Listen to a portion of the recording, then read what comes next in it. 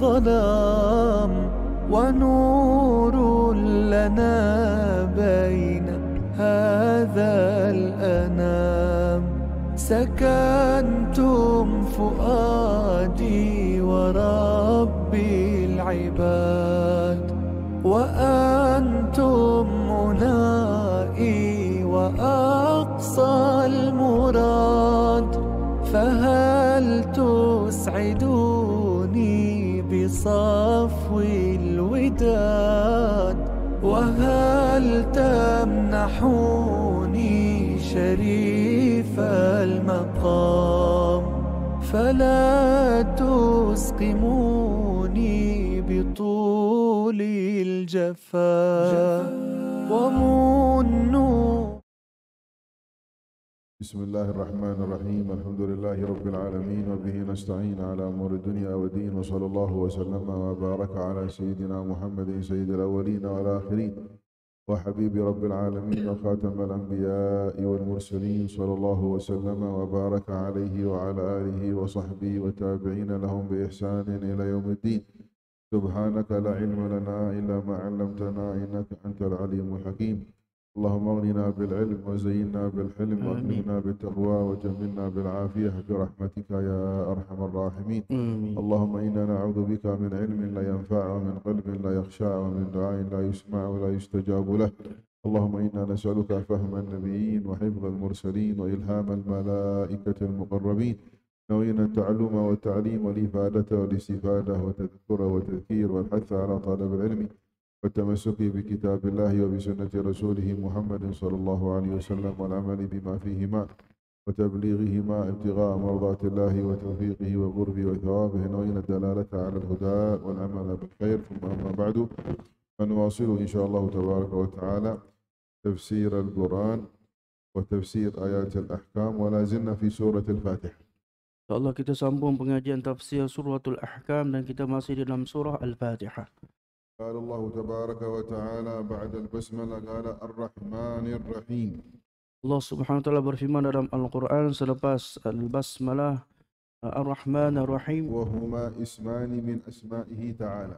Keduanya merupakan nama bagi nama Allah Subhanahu wa taala. وأسماؤه 99 اسما. Dan nama bagi Allah Subhanahu wa taala ada 99. وقد جاءت بها الروايات في جامع الإمام الترمذي ومستدرك الحاكم وغير ذلك. Dan datang riwayatnya daripada riwayat Imam Tirmizi dan juga Al-Mustadrak karangan Imam Al-Hakim dan lainnya. نعم. وعلى خلاف في بعض الأسماء على اختلاف الروايات. Dan ada juga perselisihan dari segi nama-nama Allah SWT mengikut riwayat-riwayat yang tertentu. وبعض الروايات فيها أسماء لا توجد في الروايات الأخرى. Jadi ada sebahagian nama pada riwayat ini tidak ada pada riwayat yang lain. ظهر عند العلماء ما بثه الناس وانتشر بين الناس من هذه الروايات في جامع. Dan apa yang biasanya masyhur yang dibaca di kalangan orang ramai itulah adalah riwayat daripada Imam Tirmizi. نعم. فالرحمن الرحيم اسمان مشتقان من الرحمة. Ar-Rahman Ar-Rahim, isim yang terpecah daripada kalimah Ar-Rahman. وما معنى الرحمن؟ Apakah makna Ar-Rahman? المنعم بجلائل النعم أي أصل النعم. Yaitu Allah SWT pemberi nikmat kepada asal nikmat. هناك عندنا أصول النعم وهناك زيادة على الأصول. Di sana ada asal ataupun akar nikmat dan di sana ada ziyadah, tambahan daripada nikmat tersebut. فعندنا مثلا نعمة البصر ونعمة السمع أصولها هو المنعم بجلائل النعم من وظائف الرحمن ومن تفضلات الرحمن. Contohnya nikmat penglihatan, nikmat pendengaran, ianya adalah daripada sifat Allah Subhanahu wa taala Ar-Rahman, iaitu pemberi kepada nikmat yang asal. أما الزيادة في البصر والزيادة في السمع فمن تفضلات الرحيم.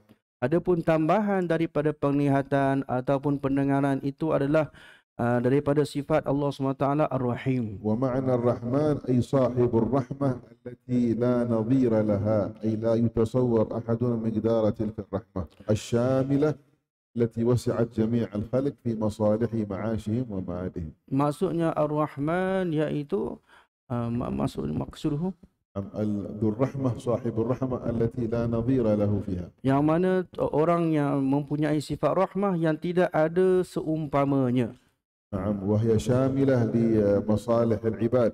Ianya sempurna bagi maslahahnya untuk hamba-hambanya. نعم لمصالح معاشهم ومعادهم. Sama ada kehidupan di dunia ataupun maslahah kehidupan di akhirat. ولا تختص بالمؤمن بل تشمل المؤمن والكافر معا. Ianya tidak tertentu kepada orang mukmin, bahkan orang mukmin dan orang kafir. ويجوز إطلاق الرحيم على بعض الخلق ولا يجوز إطلاق الرحمة.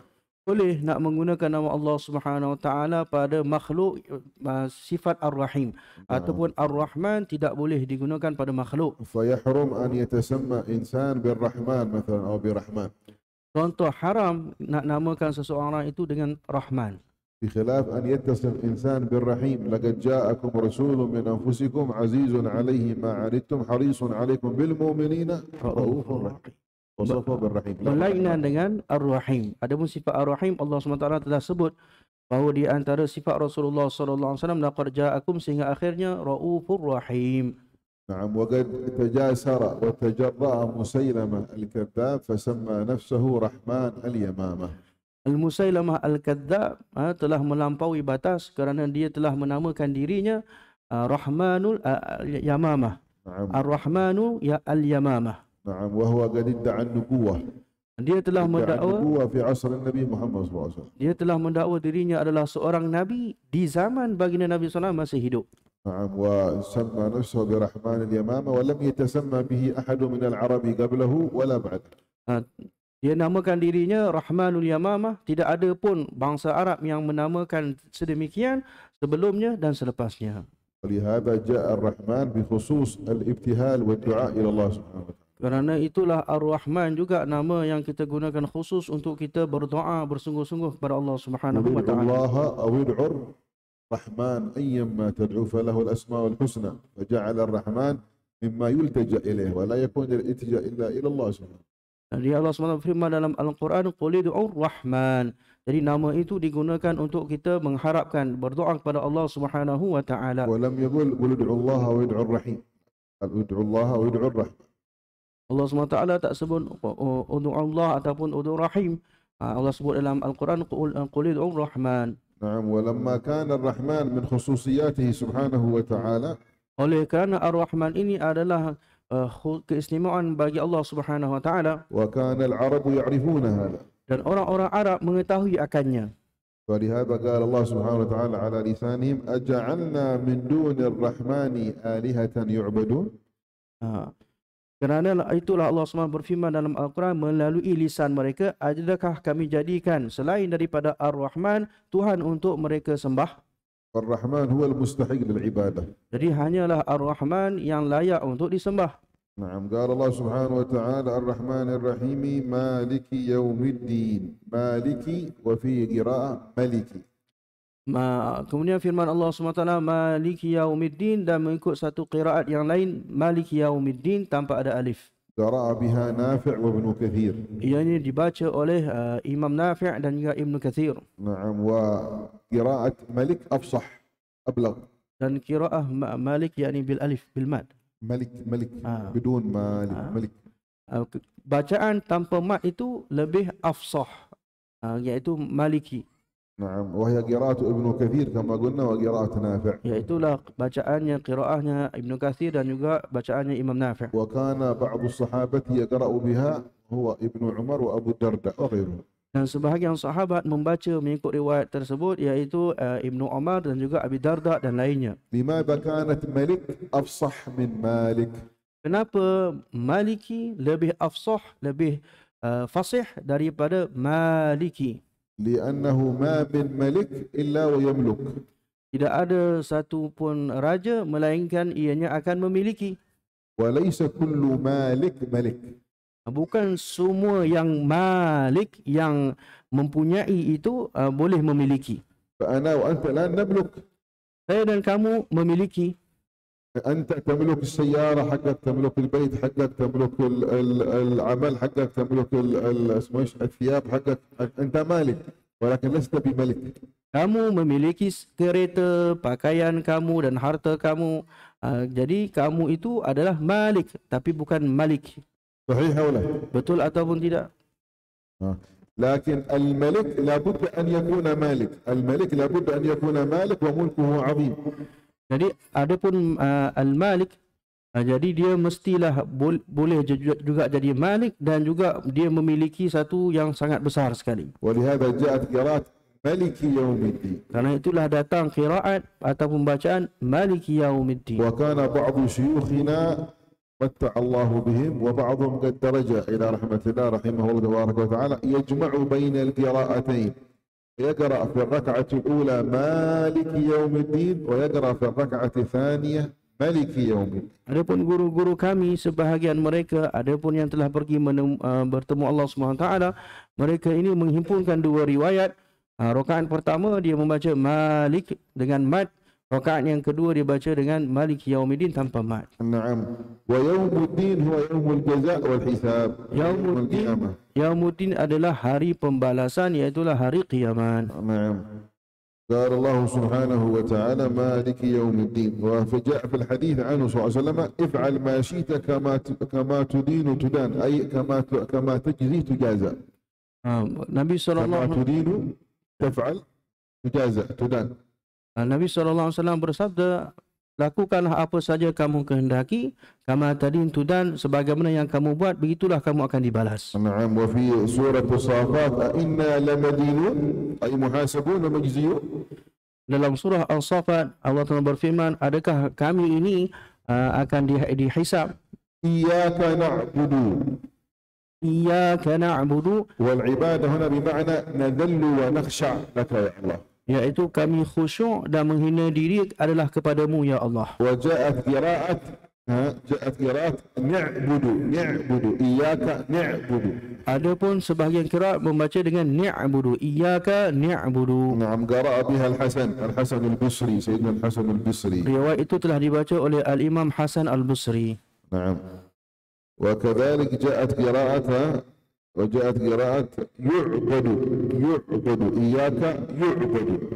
Dan ada juga riwayat yang menyebut iyyaka yu'badu. نعم. وهذه هي القراءة التي قرأ بها الحسن.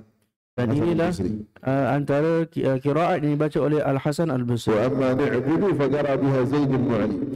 Adapun ni'budu dibaca oleh Zaid bin Ali. وبعض من هو على مذهب زيد بن علي من الزيدية يقرأ بهذا. Dan sebahagian mereka yang berpegang dengan mazhab Zaidiyah membaca dengan bacaan ni'budu. نعم. إياك نعبد والعبودية معناها كما قلنا الذلة والاستعانة. Al-ubudiyah, penghambaan, itu adalah maksudnya menghina diri di hadapan Allah Subhanahu wa taala dan khusyuk di hadapan Allah Subhanahu wa taala. نعم. أي بمعنى لا نعبد إلا إياك يا الله. Iaitu kami tidak sembah melainkan Engkau semata-mata wahai Allah. ولا نخضع ولا نذل إلا لك. Dan kami tidak tunduk dan kami tidak menghina diri melainkan kepadamu ya Allah. لأنك المستحق لكل تعظيم وإجلال. Kerana Engkau sangat berhak dan sangat layak untuk mendapatkan keagungan. وإياك نستعين. Iyyaka nasta'in, dan kepadamu lah kami memohon pertolongan. الاستعانة طلب العون. Isti'anah, meminta pertolongan. وطلب العون في الحقيقة لا يكون إلا من الله. Dan hakikat meminta pertolongan itu tidak ada selain melainkan daripada Allah SWT. وهل يجوز طلب العون من غير الله؟ Boleh tak minta pertolongan selain daripada Allah? هل يجوز أو ما يجوز؟ ما رأيكم؟ Boleh ataupun tidak boleh? Apa pendapat هل kamu? يجوز أن يطلب الإنسان عونا من غير الله؟ Boleh tak seseorang minta pertolongan selain daripada Allah Subhanahu Wa Taala? يجوز. لا يجوز على وجه العبادة على اعتقاد فيه النفع والضر من دون الله، هذا لا يجوز. Yang tak boleh adalah ada i'tikad bahawa yang memberi manfaat dan yang memberi mudarat itu adalah selain daripada Allah SWT. Ini tak boleh. أما طلب العون من بعض العباد على جهة أنه سبب يجري الله سبحانه وتعالى بواسطته العون فيجوز. Adapun meminta pertolongan kepada hamba-hamba Allah kerana ia menjadi sebab Allah SWT jadikan dia sebab untuk memberi manfaat ataupun mudarat, itu tidak menjadi masalah, boleh. فأنت إذا جاءك مرض أين تتوجه؟ Engkau kalau ada datang penyakit, mana engkau akan pergi? تأتي إلى المسجد Pergi ke masjid ke? في أحد لما يأتي مرض يأتي إلى المسجد Ada tak orang sakit datang ke masjid أو يذهب إلى المستشفى؟ atau pergi ke hospital? تذهب إلى المستشفى. Pergi ke إذا hospital. أنت تطلب العون من أصحاب المستشفى. هناك Jadi الدكتور engkau الأخصائي minta تطلب tolong, لهم يا دكتور أنا مريض عالجني. engkau minta tolong pada orang yang berada di hospital, doktor di sana, wahai doktor, sembuhkan aku, ubatkan aku. فيكتب لك الدواء Maka dia akan menulis engkau ubat, فتشرب الدواء lalu engkau minum ubat tersebut, فيشفيك الله بشرب الدواء. lalu Allah sembuhkan kamu dengan kamu minum ubat tersebut. فتقول الدكتور عالجني شفاني Lalu kamu pun mengata doktor telah mengubat aku, menyembuhkan aku. والدكتور أعانني. Doktor telah menolong aku. صحيح ولا؟ Betul ataupun tidak? لكن هل تعتقد أن الدكتور هذا نفعك أو ضرك من دون الله ولا هو سبب فقط؟ Adakah kamu menganggap doktor itu hanya doktor itulah yang memberi manfaat ataupun mudarat selain daripada Allah Subhanahu Wa Taala, ataupun ianya adalah sebab sahaja? صحيح ولا؟ وإذا أردت أن تتعلم Jika kamu ingin belajar, هل تأخذ الكتب هكذا بنفسك أنت؟ adakah kamu hanya mengambil buku begitu sahaja baca, أو تذهب إلى مدرس أو أستاذ atau pergi berjumpa dengan guru untuk belajar? فتقول أعني على فهم كتاب الله أعني. Lalu kamu mengatakan, bantu aku untuk aku memahami kitab Allah. إذن فأنت طلبت العون منه Jadi engkau minta pertolongan daripadanya على جهة السببية لا على جهة الحقيقة. فالنافع والضار على جهة الحقيقة هو من؟ الله تبارك وتعالى. وهذه كلها أسباب. Ianya hanyalah sekadar asbab ataupun sebab wasilah yang Allah telah jadikan padanya, bukannya kerana mudarat dan manfaat yang ada padanya. ولهذا جاء في الحديث عنه صلى الله عليه وسلم بما رواه الإمام مسلم وغيره. Datang daripada hadis Nabi SAW yang diriwayatkan oleh Imam Muslim dan lainnya. والله في عون العبد ما دام العبد في عون أخيه يعني أعان أخاه. Allah Subhanahu Wa Taala senantiasalah menolong seseorang hamba itu selagi mana hamba itu senantiasa membantu saudaranya yang lain. وأحيانا تطلب العون من طبيب فيعالجك بدواء حسي. Kadang-kadang engkau meminta doktor untuk mengubat kamu, maka dia mengubat kamu dengan ubat yang kamu boleh nampak dengan panca indera kamu. وأحيانا تذهب إلى بعض الصالحين وبعض العلماء فيدعو الله لك فيعالجك بدعاء معنوي. Dan kadang-kadang kamu pergi berjumpa dengan orang-orang soleh supaya minta dia berdoa kepada Allah SWT, lalu Allah sembuhkan dengan doa. Maka ini adalah sembuhan maknawi. وأحيانا تدعو الله ببعض الأنبياء وببعض الصالحين فيستجيب الله سبحانه وتعالى وهذا كذلك علاج معنوي ودواء معنوي. Begitu juga kadang-kadang berdoa dengan perantaraan para anbiya dan para salihin, lalu Allah telah sembuhkan kamu, itu juga adalah ubat dari segi maknawi. فأحيانا قد تدعو مثلا ببعض الأعمال الصالحة. Kadang-kadang dengan amalan yang soleh, كما روى الإمام مسلم في صحيحه خبر أصحاب الصخرة الثلاثة. sebagaimana Imam Muslim telah meriwayatkan di dalam sahihnya tentang kisah 3 orang yang terperangkap di dalam gua. ثلاثة رجال أمطرت عليهم السماء فدخلوا إلى مغارة. Jadi satu ketika hujan, 3 orang masuk ke dalam satu gua. فسقطت عليهم صخرة فسدت الباب. Lalu jatuhlah satu batu yang besar sehingga menutup kepada pintu gua tersebut. فأرادوا أن يخرجوا فلم يستطيعوا. Lalu mereka nak keluar tak mampu. فقالوا ليدعو الله ليتوسل كل واحد منكم بأحب الأعمال إلى الله التي عملها. Maka salah seorang mengatakan kepada mereka, setiap orang berdoalah kepada Allah Subhanahu Wa Taala dengan perantaraan amalan yang paling kamu suka yang kamu lakukan kepada Allah Subhanahu Wa Taala. وكل واحد منهم ذكر عملا من الأعمال الصالحة. Jadi يتوسل إلى الله بذلك العمل الصالح. setiap 3 orang tersebut menyebut amalan-amalan saleh mereka yang paling mereka suka sebagai tawasul dengan amalan mereka. فدعا الأول فتزحزحت الصخرة ولكن لم يستطيع الخروج. Jadi yang pertama pun berdoa, maka bergelaklah batu tersebut tapi masih tak mampu nak keluar. ثم دعا الثاني فتزحزحت قليلا ولكن لم يستطيع الخروج. Kemudian yang kedua pun berdoa, batu itu bergerak sedikit tapi masih tak mampu nak keluar. فدعا الثالث فتزحزحت الصخرة فخرجوا. Sehinggalah yang ketiga pun berdoa dan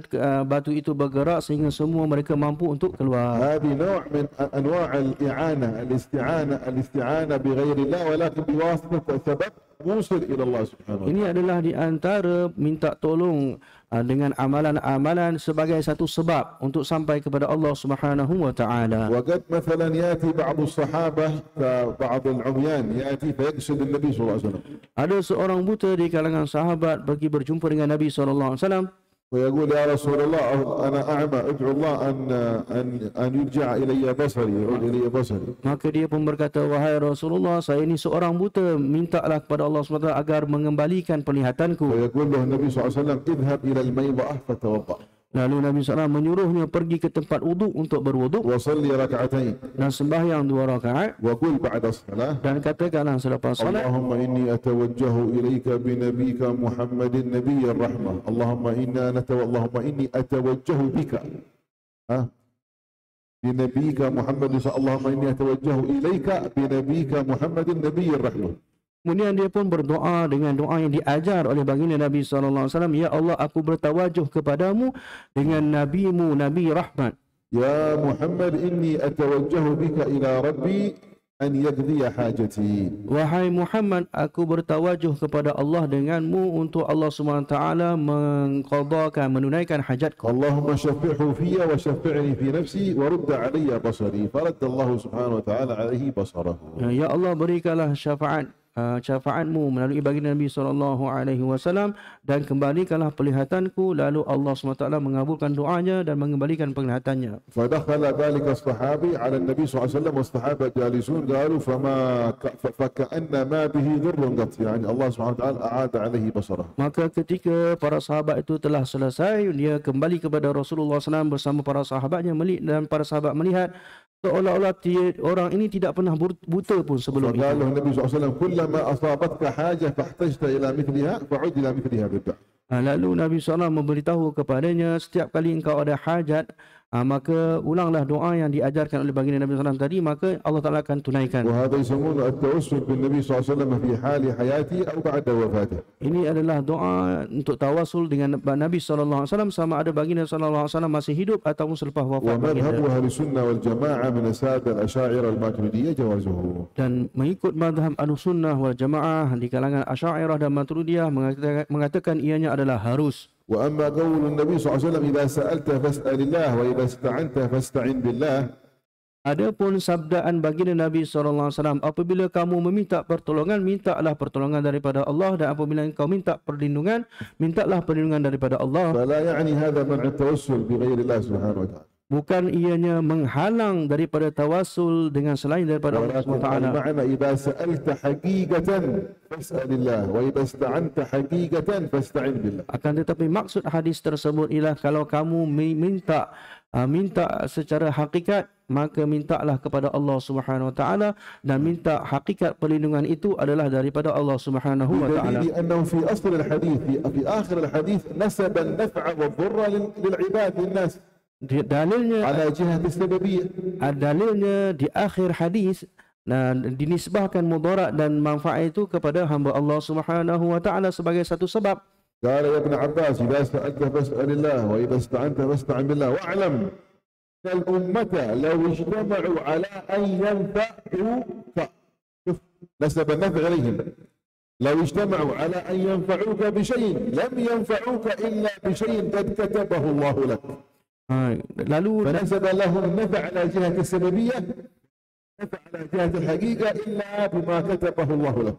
Lalu Nabi SAW menyebut dalam hadis kepada Sayyidina Ibnu Abbas, ketahuilah kalaulah seluruh umat ingin memberikan manfaat kepada kamu, mereka ini tidak akan dapat memberi manfaat kepada kamu melainkan apa yang telah tertulis oleh Allah Subhanahu wa taala untuk kamu. Jadi yang tadi nisbah manfaat kepada makhluk sebagai satu sebab, tetapi hakikatnya adalah apa yang telah ditulis oleh Allah Subhanahu wa taala. Walau ijtama'u ala an yadurruka bi syai'in lam yadurruka illa bi syai'in qad katabahu Allah 'alaik. فنسب لهم الضر السببي المجازي وجعله في الحقيقة إلى الله سبحانه وتعالى. Kalaulah mereka ini ingin memberi mudarat kepada kamu, maka mereka tidak akan dapat memberikan mudarat kepada kamu melainkan apa yang telah ditulis oleh Allah Subhanahu wa taala ke atas kamu.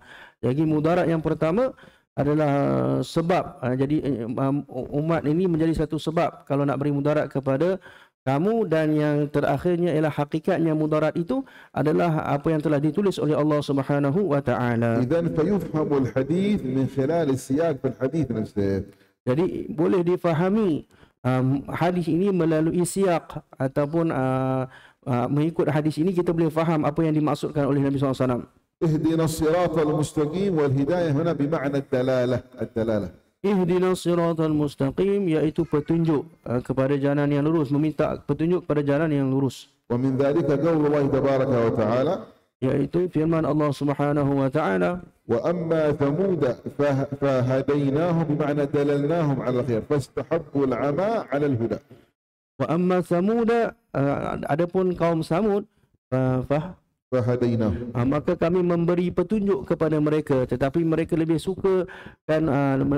sukakan buta daripada melihat kepada petunjuk.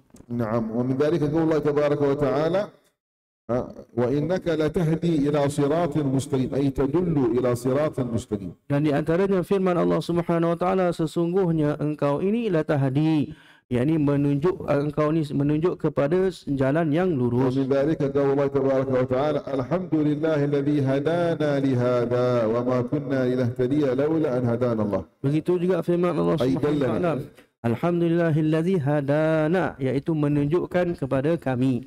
Maka kami tidak akan mendapat petunjuk melainkan Allah Subhanahu wa taala yang memberi petunjuk. اهدنا الصراط المستقيم أي الطريق الذي لا اعوجاج فيه. Ihdinas siratal mustaqim, tunjukkanlah kami jalan yang lurus, jalan yang tidak ada bengkang-bengkok padanya. نعم. وهذه الصراط قراءة قريش، الصراط بالصاد. Sirat adalah qiraat Quraisy. وقرأ ابن محيصن ومجاهد من تلاميذ ابن عباس، مجاهد من ابن عباس وابن محيصن اهدنا الصراط بالسين، اهدنا الصراط. Adapun Ibnu Muhaisin dan juga Mujahid, anak muridnya Ibnu Abbas, membaca dengan qiraat ihdinasi dengan huruf sin. نعم. وهناك قراءة بالزاي اهدنا الصراط. Dan di sana ada qiraat dengan huruf zai, ihdinaz zirat. نعم. والأفصح وهي قراءة قريش، لأن القرآن إنما نزل بلغة قريش. Yang paling fasih adalah dengan qiraat Quraisy, kerana Al-Quran turun dengan bahasanya Quraisy. نعم. أنعمت عليهم النعمة لين العيش ورغده وطيبه. An'amta alaihim, iaitu yang engkau memberi nikmat kepada mereka. Nikmat itu makna nikmat? النعمة طيب العيش. Iaitu kehidupan yang bagus. نعم. هذه النعمة. Ini adalah satu nikmat. نعم. وهناك نعمة. Di sana adalah na'mah. فالنعمة هي التي يعقبها الثواب. Nikmat yang mana akibatnya adalah pahala. والنعمة هي التي يعقبها العقاب. Adapun na'mah, akibatnya, kesannya nanti adalah balasan azab. فالكفار الآن هذه الدنيا التي هم فيها ليست نعمة ولكن نعمة. Orang-orang kafir yang tengah bersedap-sedap di atas dunia ini, itu dinamakan na'mah, bukan ni'mah. لأنهم إذا ماتوا سيكون مآلها هذه إلى العقاب والعياذ بالله. Kerana apabila mereka mati nanti, semuanya itu akan menjadi balasan azab ke atas mereka. ولهذا قال الله تبارك وتعالى في وصف بعض الكفار ونعمة كانوا فيها فاكهين. Allah Ta'ala menyebut di dalam Al-Quran tentang sifat orang kafir, wa na'matin, perkataan na'matin dengan baris atas, kanu fakin, yang mana mereka itu bersedap-sedap dengannya. ولهذا قال الله في سورة المزمل فذرني والمكذبين أولي النعمة ومهلهم قليلا. أولي النعمة ليس النعمة، النعمة. Dalam surah Al-Muzammil juga Allah Ta'ala menyebut tentang orang-orang yang berdusta kepada Allah SWT dengan sebutan ulin na'mah. Orang yang mempunyai na'mah, bukan ni'mah. فالمؤمنون في نعمة لأن مآلها إذا شكر الله سبحانه وتعالى عليها الثواب.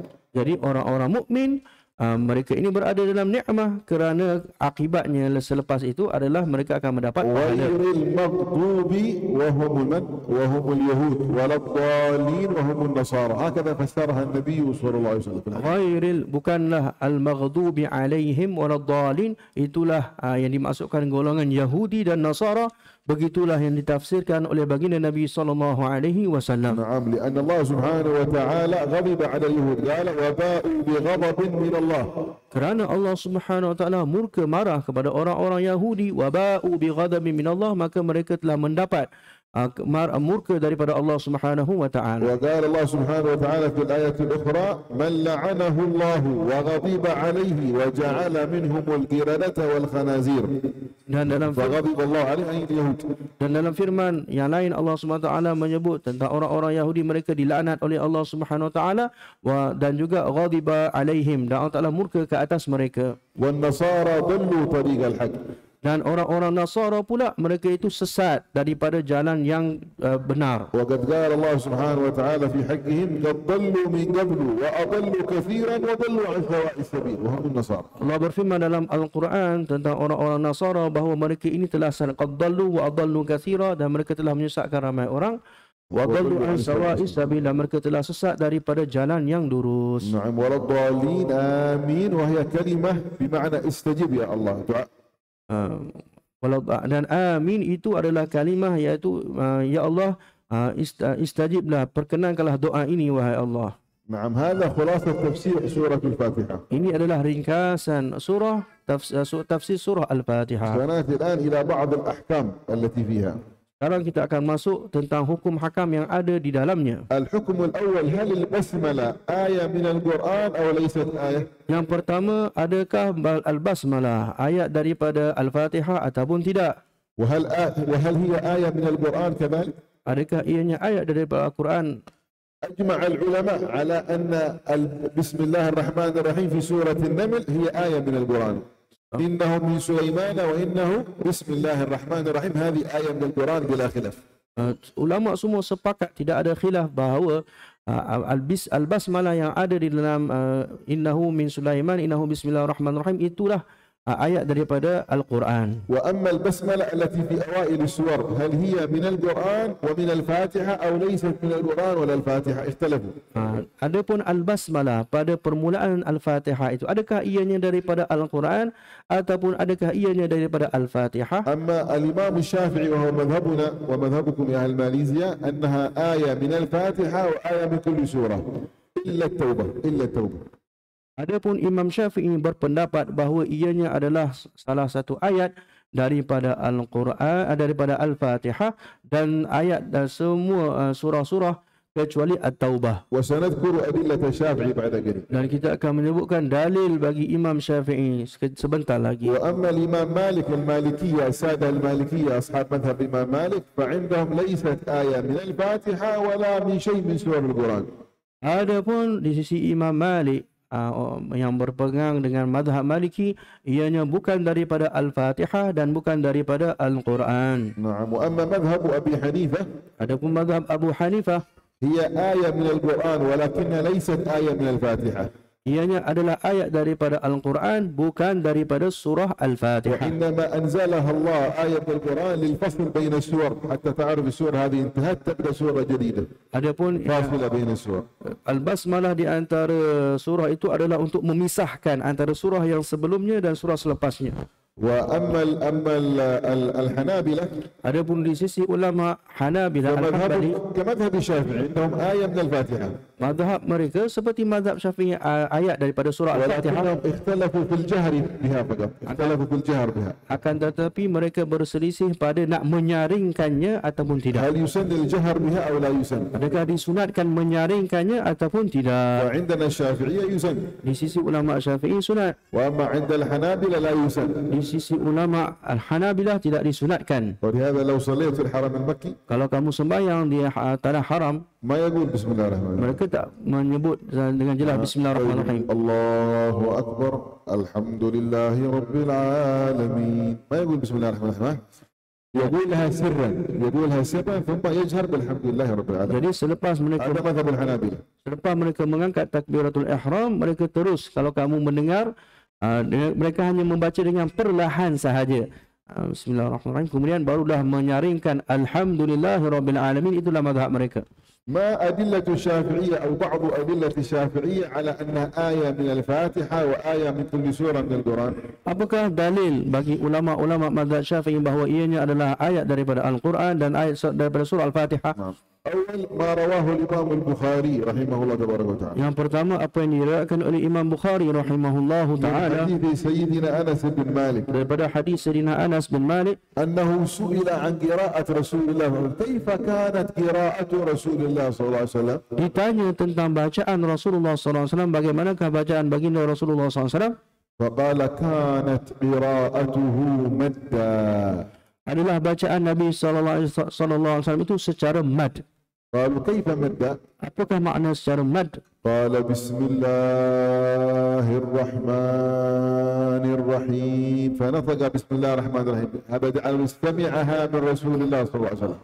Maka perawi pun menceritakan bagaimana Nabi SAW baca Bismillahirrahmanirrahim. Maka dia pun menyebut dengan lafaz Bismillah. ثم أكمل سورة الفاتحة الحمد لله رب العالمين. فقال الشافعي هذا دليل على أن البسملة آية من الفاتحة والحديث صحيح في البخاري. Kemudian dia pun menyempurnakan bacaan tersebut, bacaan surah Al-Fatihah. Maka di sinilah ulama Syafi'i mengatakan bahawa ini adalah dalil yang menunjukkan bahawa Al-Basmalah adalah surah Al-Fatihah. وكذلك روى الإمام مسلم سيأتي عندنا إن شاء الله مسلم من حديث سلمة رضوان الله تعالى عليها قالت قرأ الرسول صلى الله عليه وسلم الفاتحة فقرأ بسم الله الرحمن الرحيم. Begitu juga riwayat dalam Imam Muslim daripada Ummi Salamah bahawa Nabi SAW baca Al-Fatihah dan membaca Bismillahirrahmanirrahim. إذن فالأدلة في ذلك قوية عند الشافعية. Jadi dalilnya begitu kuat sekali di sisi ulama Syafi'i. والحمد لله رب العالمين. Alhamdulillahirabbil alamin. هذه من نعم الله سبحانه وتعالى على الشافعية عندهم دليل قوي. Ini adalah satu nikmat kepada yang berpegang dengan mazhab Syafi'i, mereka mempunyai pendapat yang kuat. فلهذا لو جاءكم واحد من المخالفين في هذا العصر Jadi kalau ada orang yang bercanggah dengan kamu pada zaman ini, يقول لكم لماذا تقولون بسم الله الرحمن الرحيم هذه ليست آية من هذا تقول له هذا دليل من البخاري. jadi mengapa kamu membaca bismillah, bukannya ianya daripada Al-Quran? Kita katakan kepadanya ini dalil daripada Imam Bukhari. ولماذا تجهرون بها؟ Dan mengapa kamu menyaringkannya? قل نجهر بها بدليل البخاري لأن سيدنا أنس عندما سئل طبق قراءة رسول الله مثل قراءة رسول الله بالجهر فجهر بها ولم يجهر بها إلا لأنه سمع رسول الله ما جهر بها.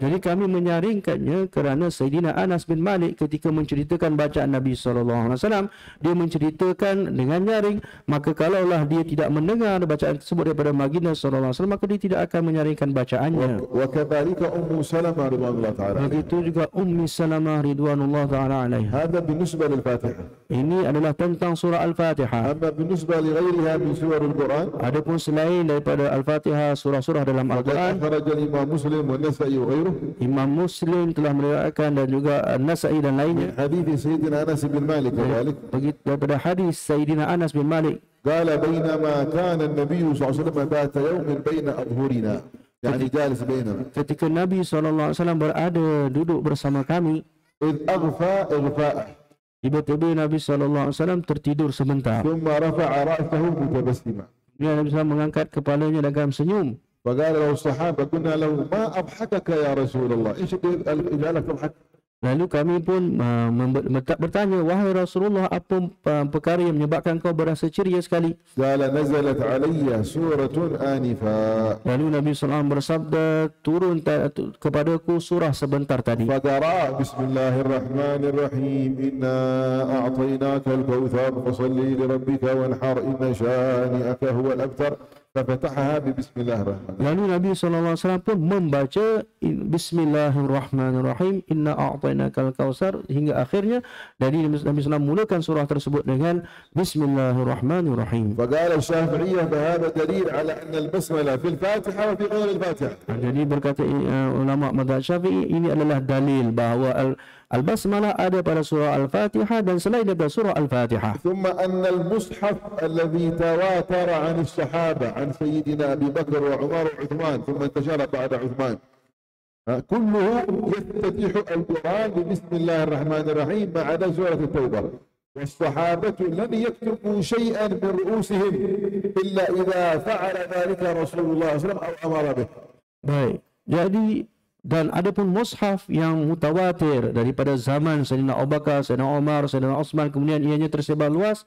Di situ tertulis Al-Basmalah, Bismillahirrahmanirrahim, kecuali surah At-Taubah. Jadi para sahabat ini tidak menulis, melainkan bukan daripada kepala mereka sendiri, bahkan ianya adalah suruhan daripada Rasulullah SAW. نعم فالصحابة لم يضيفوا شيئا في القرآن من غير القرآن إلا إذا كان من القرآن. Jadi para sahabat tidak akan meletakkan sesuatu yang selain daripada Al-Quran, melainkan ianya itu adalah daripada Al-Quran. مفهوم إن شاء الله؟ Boleh faham insya-Allah. واضح.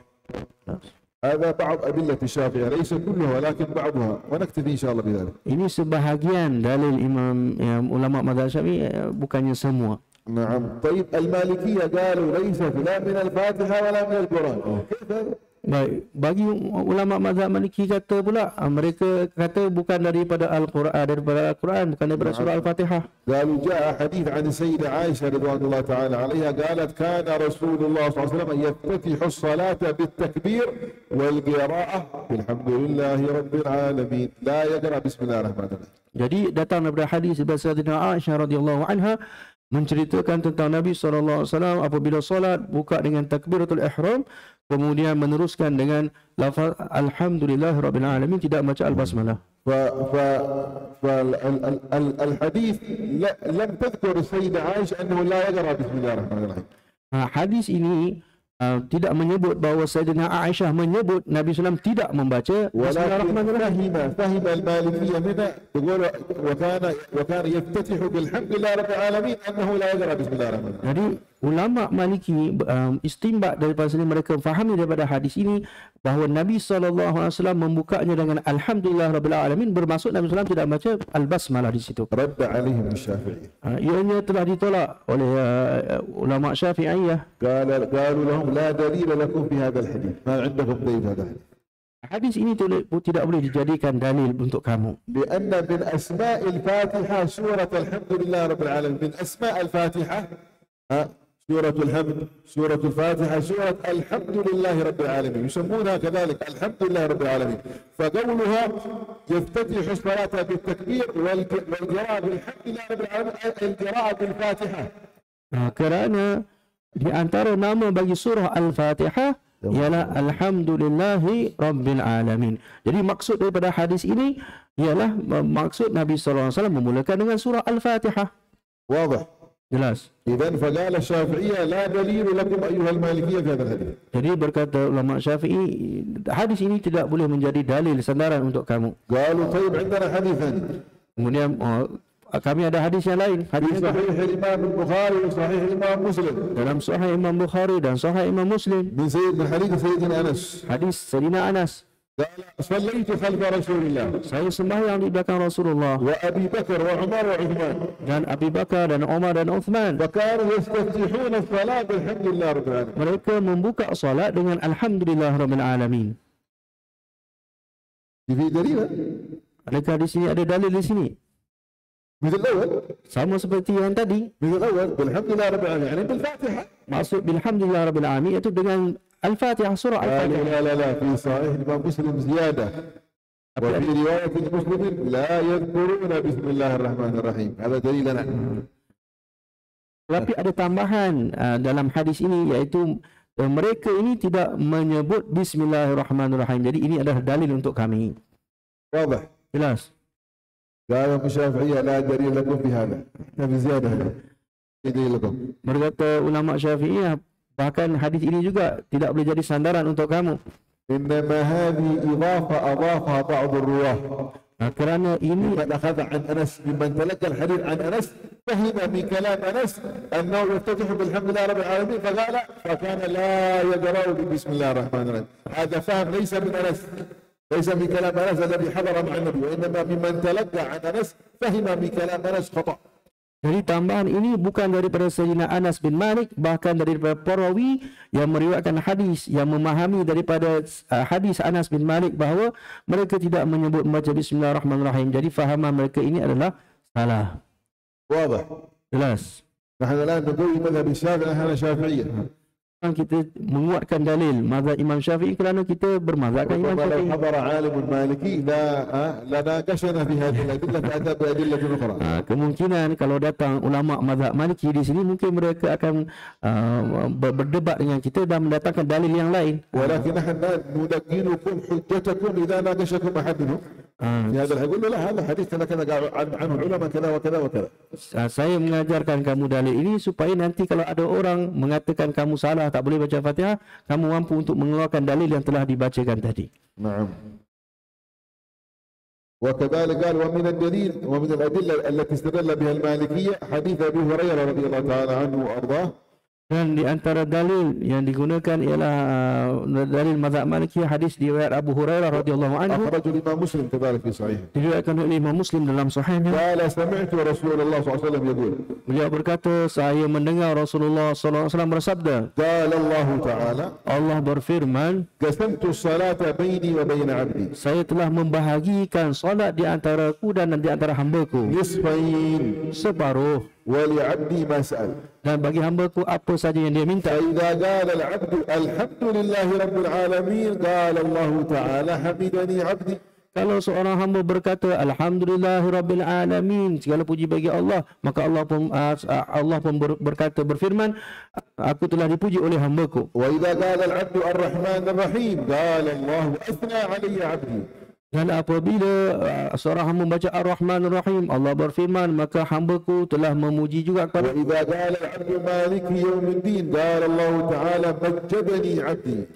Dan apabila menyebut seorang hamba itu Malik Yaumiddin, maka Allah SWT berfirman, hambaku telah muliakan aku. فإذا قال العبد إياك نعبد وإياك نستعين قال الله هذا بيني وبين عبدي ولعبدي ما سأل. Dan apabila seorang hamba membaca Iyyaka na'budu wa iyyaka nasta'in, maka Allah SWT berfirman, maka ini adalah antaraku dengan dan di antara hambaku, maka bagi hambaku apa saja yang dia minta. قال المالكية شوف قال هنا قسمت الصلاة بيني وبين عبدي. إذا قال عبد الحمد لله رب العالمين ما قال بسم الله الرحمن الرحيم فافتتح بالحمد لله رب العالمين. Jadi berkata ulama mazhab Malikiyah mengatakan di sini hadis terus dibuka dengan alhamdulillahirabbil alamin, tak pun sebut bismillahirrahmanirrahim.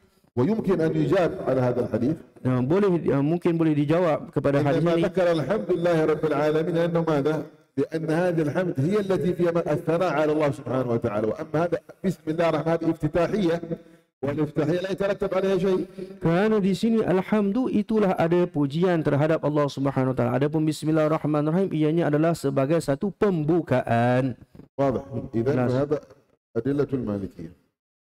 Jadi yang tadi adalah dalil kepada mazhab Maliki. نعم. وأما الحنفية Adapun di sisi ulama Hanafiyah, لما قالوا هي آية من القرآن ولكن آية للفصل بين السور. dan mereka mengatakan ianya adalah ayat daripada Al-Quran dan juga ayat untuk memisahkan antara surah. يدل له لمذهبهم ما رواه الإمام أبو داود في السنن. Ianya adalah diriwayatkan daripada Abu Daud dalam sunannya. قال بعض الصحابة كنا لا نعرف انقضاء السور إذا انتهت السورة حتى تنزل بسم الله الرحمن الرحيم. Berkata para sahabat, kami tidak tahu surah itu sudah habis dibaca ataupun tidak, melainkan setelah turunnya Bismillahirrahmanirrahim. وروي عن ابن عباس بما أخرجه الإمام الحاكم في المستدرك. Dan diriwayatkan daripada Ibnu Abbas sebagaimana yang dikeluarkan oleh Al-Hakim dalam kitabnya Al-Mustadrak, وأبو داود بإسناد صحيح في السنن. dan Abu Daud di dalam sunannya dengan sanad yang sahih. قال أن رسول الله صلى الله عليه وسلم كان لا يعرف فصل السورة حتى ينزل عليه بسم الله الرحمن الرحيم فإذا نزل بسم الله الرحمن الرحيم عرف أن السورة الأولى قد تمت. Bahawa Rasulullah SAW tidak tahu tentang habisnya satu surah itu melainkan telah turun Bismillahirrahmanirrahim. هذه بالنسبة لماذا؟ أكملنا الآن الحمد لله الحكم الأول في ماذا؟ في أحكام الفاتحة. Ini adalah masalah yang berkaitan dengan hukum hakam pada surah Al-Fatihah. إذا قلنا بأنها آية من الفاتحة Kalau kita katakan ianya adalah ayat daripada surah Al-Fatihah, فإذا صلى إنسان من الشافعية فلم يقرأ البسملة فصلاته باطل. maka orang yang berpegang dengan mazhab Syafi'i kalau tidak membaca Al-Basmalah di dalam solatnya, maka solatnya adalah terbatal. وإذا قرأها من المالكية فصلاته مكروهة. Kalau dibaca di sisi ulama Malikiyah, hukum solatnya adalah makruh. وإذا لم يقرأها عند الحنفية فصلاته صحيحة. Adapun kalau tidak dibaca oleh orang yang berpegang dengan mazhab Hanafi, solatnya sahih. فإن قرأها فزيادة وليست واجبة عنده. Kalau kalau mereka baca, ianya adalah satu tambahan, bukannya wajib ke atas mereka. بل الحنفية عندهم الفاتحة ليست واجبة أصلا، يكفي قراءة أي شيء من القرآن. Bahkan di sisi ulama Hanafi, Al-Fatihah itu tidak wajib. Cukup kalau membaca mana-mana ayat Al-Quran. واستدلوا بقول الله تبارك وتعالى فاقرؤوا ما تيسر من القرآن. Mereka berdalilkan firman Allah Subhanahu wa taala, faqra'u ma tayassara minal Qur'an, maka bacalah apa yang mudah daripada Al-Quran. بقي عندنا الآن ما ظهر في زماننا هذا. Dan tersisa sekarang apa yang muncul pada zaman kita sekarang. إذا جهر أحد الأئمة بالبسملة قالوا بأن الجهر بدعة. Apabila salah seorang imam menyaringkan bacaan Al-Basmalah, lalu mereka mengatakan ini adalah satu bid'ah. فنقول الجهر بالبسملة ليس بدعة. Kita katakan menyaringkan bacaan dengan Al-Basmalah itu bukannya bid'ah, bahkan satu sunnah. نعم ثبت عن النبي صلى الله عليه وسلم أنه جهر. Telah sabit daripada Nabi SAW bahawa baginda SAW menyaringkannya. وثبت عن النبي صلى الله عليه وسلم بأنه أسر.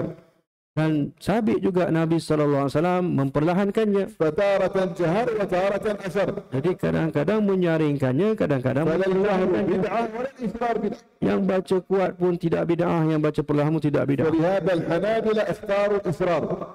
Dan ulama Hanabilah memilih untuk memperlahankannya. والشافعية اختاروا الجهر وكل على دليل وعلى سنة. Ulama Syafi'iyah memilih untuk menyaringkannya, baca dengan kuat, dan kedua-duanya mempunyai dalil dan mereka mengikut sunnah. فالإشكال ليس في الشافعية ولا في الحنابلة، الإشكال في من ظهر في زماننا هذا يبدع الأئمة. Jadi yang menjadi masalah bukan orang pegang mazhab Syafi'i ataupun pegang mazhab Hanabilah. Yang menjadi masalah orang yang menuduh orang yang membaca dengan satu perkara ini adalah satu bid'ah. نعم وهو مذهب مالك وأبي حنيفة كذلك عدم الجهر. Dan juga mazhab Malik dan juga Abu Hanifah, iaitu tidak menyaringkannya, tidak membacanya dengan kuat. وذهب الشافعي إلى الجهر. Dan Imam Syafi'i mengatakan baca dengan kuat. وهو مروي عن معاوية رضي الله تعالى عنه من الصحابة. Dan ianya diriwayatkan daripada Muawiyah, salah seorang sahabat Nabi SAW. وعن سيدنا أنس الذي ذكرنا قبل قليل وعن أم سلمة الذي ذكرنا قبل قليل في البخاري ومسلم وغيره. Dan juga riwayat daripada Sayyidina Anas bin Malik dan juga Ummi Salamah yang kita sebut tadi. وعطاء وطاؤوس عطاء بن يسار وطاؤوس. Dan Atha' bin Yasar dan juga Tawus, iaitulah ulama daripada mazhab tabi'in. فقد جاء الجهر عن النبي وعن الصحابة وعن التابعين من سلف الأمة. Jadi menyaringkan bacaan itu datang daripada baginda sallallahu alaihi wasallam dan para sahabat dan para tabi'in. فكيف يكون بدعة؟ Bagaimana ianya satu bid'ah? إلا عند من في رأسه جهل. Melainkan orang itu dalam kepalanya kejahilan. من في رأسه جهل يرد أنه بدعة. Orang yang jahil maka mengatakan ianya bid'ah. والحمد لله رب العالمين انتهينا إن شاء الله من الحكم الثاني. بقي عندنا الحكم الثالث في سورة الفاتحة. Hukum yang ketiga dalam surah Al-Fatihah. طيب الآن أنت لو مثلا لم تقرأ الفاتحة تصح صلاتك، قلنا صلاتك باطلة. Dan sekarang kalau engkau tak baca Fatihah, kita dah cakap tadi, solat engkau akan terbatal. طيب لو كان واحد مأموم يكتفي بقراءة الإمام، لا خلاص الإمام حقي قد قرأها أنا أستمع بس، والمستمع كالقارئ، هل يكفي هذا؟ Baik, kalaulah makmum dia berasa cukup dengan bacaan Fatihah imam, bolehkah sedemikian? هل يكفي؟ ايش رايكم؟ يكفي. ايش رايكم؟ Apa pendapat kamu? Adakah ianya cukup? لا يكفي عندنا الشافعية لا يكفي. هذا القول المعتمد. Tidak memadai di sisi ulama Syafi'i, ini adalah pendapat yang muktamad. في حديث النبي صلى الله عليه وسلم. Kerana hadis Nabi sallallahu alaihi wasallam, لا صلاة لمن لم يقرأ بفاتحة الكتاب. Tidaklah dikira solat sesiapa yang tidak membaca Fatihah al-Kitab, Fatihatul Kitab. وفي رواية من صلى صلاة لم يقرأ فيها بالفاتحة فلا صلاة له. Dan dalam riwayat ada Nabi SAW menyebut siapa yang solat yang tidak baca pada dalamnya Fatihah, maka tidaklah solat padanya. نعم. وأما لا صلاة لمن لم يقرأ بفاتحة الكتاب هذا مذهب كذلك له، يعني مذهب الشافعية والحنابلة. Jadi yang mengatakan perlu membaca Al-Fatihah dalam solat itu adalah mazhab Syafi'i dan mazhab Hambali juga. والحديث قوي رواه البخاري ورواه مسلم ورواه أصحاب السنن الأربعة. Dan riwayat daripada hadis itu sangat kuat sekali, iaitu Bukhari, Muslim dan juga sebahagian para sahabat. نعم. في قول عندنا في مذهبنا الشافعي. Ada pendapat dalam mazhab kita Imam Syafi'i. لو واحد قال شوف الإمام قال سريع بسرعة، الإمام بعض الأئمة سريعين في القراءة. Sebahagian imam contohnya sangat cepat sekali membaca surah Al-Fatihah. لو أنا أقرأ الفاتحة بسرعة يركعوا. لا أستطيع الحق. Kalau saya nak baca Fatihah dengan sempurna, saya tak mampu. فلو أنا أكتفي بقراءته هل يعني يجزي؟ قال العلماء يجزيك إذا أردت على هذا الفور يجزيك. Jadi berkata ulama, kalaulah dia nak rasa nak memadai dengan Fatihah imam, maka boleh, kata sebagian ulama. مقابل أصح عندنا في مذهب الشافعي عندنا قول. Ini adalah pendapat muqabil asah yang bertentangan dengan pendapat yang sahih. أو قال واحد الإمام لما يقرأ قراءته طيبة جميلة فأنا أحضر لما أستمع لقراءة الإمام أحضر، لكن إذا قرأت الفاتحة حقي الإمام يقرأ السورة ما يحضر قلبي، أنا بأستمع بس أكتفي بقراءة الإمام، فإذا سكت ما عاد أقرأ، حتى إذا شرع بعدين في قراءة السورة أستمع له وأحضر. يجزي، قال العلماء نعم يجزي على هذا القول. Baik. Begitu juga kalaulah dia merasakan bahawa kalau dia membaca Fatihah ketika imam membaca surah maka dia tidak dapat menghadirkan hatinya, maka di sini sebahagian pendapat ulama mengatakan boleh kalau dia nak merasa memadai dengan bacaan imam supaya dia dapat menghadirkan diri dalam solatnya.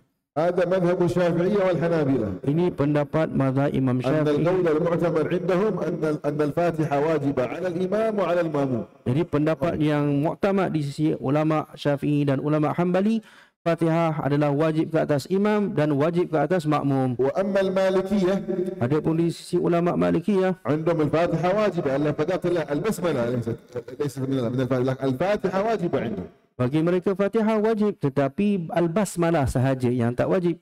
فقالوا Mereka berkata, إذا قرأت في الصلاة السرية يجب عليك أن تقرأ الفاتحة. kalau kamu membaca, kamu solat ketika solat yang sirriyah yang tidak menyaringkan bacaan, maka wajib membaca Al-Fatihah. وأما إذا كنت في الصلاة الجهرية فتكفيك قراءة الإمام. Kalau engkau sembahyang pada solat yang perlu menyaringkan bacaan, maka cukuplah dengan bacaan imam. وذهب الإمام أبو حنيفة أنه لا تجب لا في السرية ولا في الجهرية، فيكفي قراءة أي شيء من القرآن كما تقدم قبل قليل. Adapun di sisi ulama Hanafiyah, sama ada waktu perlu nyaring ataupun waktu perlu perlahan, tidak wajib membaca Al-Fatihah di sisi ulama Hanafiyah. الحمد لله انتهينا الآن من تفسير سورة الفاتحة ومن أحكامها.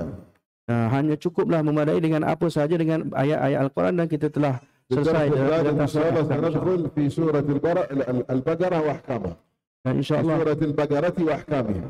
kita akan masuk pada bulan hadapan tentang surah Al-Baqarah dan hukum hakam tentangnya. هل عنده سؤال قبل أن نقرأ في صحيح مسلم؟ Ada siapa nak tanya soalan sebelum kita masuk ke Sahih Muslim? هل يوجد سؤال؟ إن شاء الله واضح عندنا سؤال. InsyaAllah jelas, insyaAllah. إن شاء الله. طيب. بسم الله الرحمن الرحيم. ومن صحيح الإمام مسلم رحمه الله تبارك وتعالى قال: باب النهي عن الحديث بكل ما سمع. Bab pada tegahan bercerita dengan apa sahaja yang didengari. كعادتنا في الدرس الماضي لن نقرأ السند بكامله.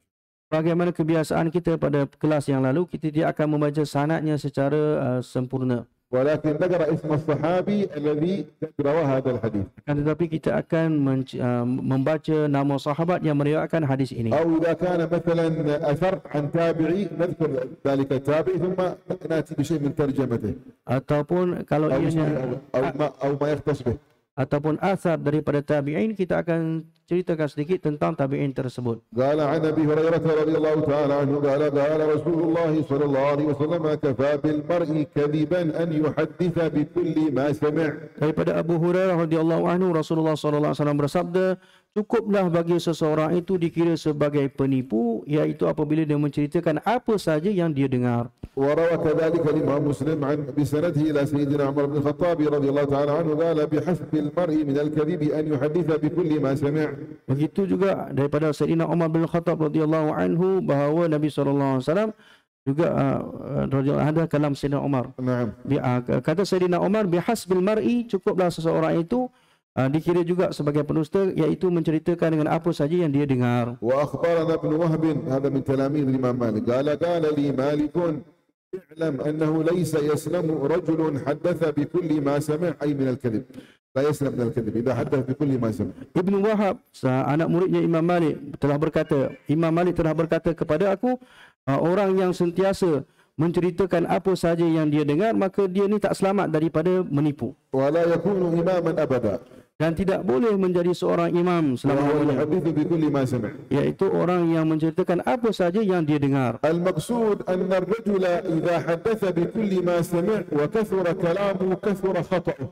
Kerana maksudnya apabila seseorang itu menceritakan apa saja yang dia dengar, maka dia ni akan banyak bercakap. Bila banyak bercakap, banyaklah kesalahannya. لأن الكلام الذي يسمعه ليس كله صحيحا. Kerana semua kata-kata yang dia dengar bukannya semuanya sahih. ففيه الصحيح وفيه غير الصحيح. Di sana ada betul, ada pun ada yang tak betul. فإذا حدث بكل ما سمع اختلط عليه الصحيح من غير الصحيح فكان أحد الكذابين على رسول الله صلى الله عليه وسلم. Maka kalau dia menceritakan apa sahaja yang dia dengar, maka bercampurlah di situ yang sahih dan juga yang tak betul, maka dia akan menjadi orang yang menipu di atas nama Sayyidina Rasulullah sallallahu alaihi وما wasallam. هو الكذب؟ Apakah itu kadzib, dusta? الإخبار بغير الواقع. Menceritakan sesuatu yang tak berlaku. فإذا تكلم الإنسان كلاما Apabila seseorang itu bercakap, فنظرنا إلى الواقع فوجدنا أن الواقع غير الكلام فكلامه هذا كذب. apabila kita tengok realiti, ianya berlaku sebaliknya, maka kata-kata orang itu adalah dusta, penipu. هذا تعريف الكذب في اللغة. Ini adalah istilah dusta itu dari segi bahasa. لكن هل يأثم به أو لا يأثم به؟ Adakah orang itu berdosa ataupun tidak? لا يأثم بالكذب إلا إن كان متعمدا. Tidak berdosa melainkan orang itu sengaja. إن كان متعمدا أثم. Kalau dia sengaja, maka berdosalah dia. ولهذا جاء في الحديث من كذب علي متعمدا فليتبوأ مقعده من النار. Kerana itu datang daripada hadis baginda sallallahu alaihi wasallam, barang siapa yang berdusta di atasku secara sengaja, maka sediakanlah tempatnya di dalam neraka. أما لو مثلا سمعت حديثا ثم بعد ذلك أتيت به ولم تعرف هل هو صحيح أو ضعيف قال الرسول كذا وكذا فلا تكتب من الكذابين. Adapun kalau إن كان هذا في الحقيقة إذا كان هذا الحديث ليس بحديث يكون هذا الكلام كذب لكن لا تأثم به. لا تدخل في وعيد النبي صلى الله عليه وسلم. Adapun kalau kamu membaca satu-satu hadis menceritakan kepada orang, kamu bukan sengaja pun, tak tahu, jadi kamu tidak ditulis sebagai orang yang berdosa di atas nama Nabi SAW. بمعنى أنك عندما تلوت كنت تظن بأنه صحيح أما لو اعتقدت بأنه ضعيف أو كنت تشك لا تعرف هذا حرام أصلا حتى تتأكد. Iaitu kamu tidak tahu, iaitu kamu menyangka bahawa asalnya ialah daripada Nabi SAW, kemudian kamu menceritakannya, ianya tidak berdosa. Ataupun kalau kamu ragu-ragu di situ, maka haram kalau kamu nak menceritakannya, kerana perlu kamu selidiki dahulu. نعم. وعن عبد الله بن مسعود رضي الله تعالى عنه وأرضاه قال نفس القول سيدنا عمر بحسب المرء من الكذب أن يحدث بكل ما سمع. Daripada Abdullah bin Mas'ud juga sama seperti kata-kata Sayyidina Umar, bihasbil mar'i, yakni cukuplah seorang itu berdusta dengan menceritakan apa saja yang dia dengar. وسيدنا عبد الرحمن بن مهدي أحد كبار أئمة الحديث قال كقول مالك كذلك لا يكون إماما إذا حدث بكل ما سمع.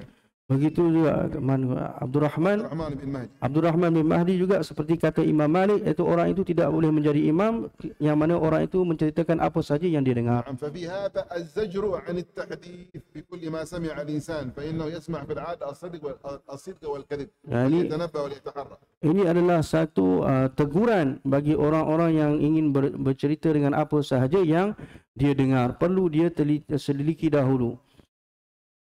مثل هذا الآن الأمر مثل ما يأتي الآن في الفيسبوك مثلا عندكم في الفيسبوك. Seperti apa yang ada di dalam Facebook. كثير من الناس تحصل يتلقى أخبار هكذا ما يتأكد منها ولا يتبصر فيها ينشرها بين الناس. بعض أحاديث تأتي نص خلاص كوبي ينقلها فأنت تدخل في هذا الوعيد إن كنت شاكا ولم تتأكد من صحة هذا الحديث فتنشره بين الناس هكذا. Jadi sebagian orang dia melihat hadis Nabi SAW, kemudian dia tak tahu, dia ragu-ragu, hadis ini sahih ataupun betulkah daripada Nabi SAW, kemudian dengan sengaja dia menyebarkannya, maka dia termasuk dalam apa yang disebutkan tadi. نعم.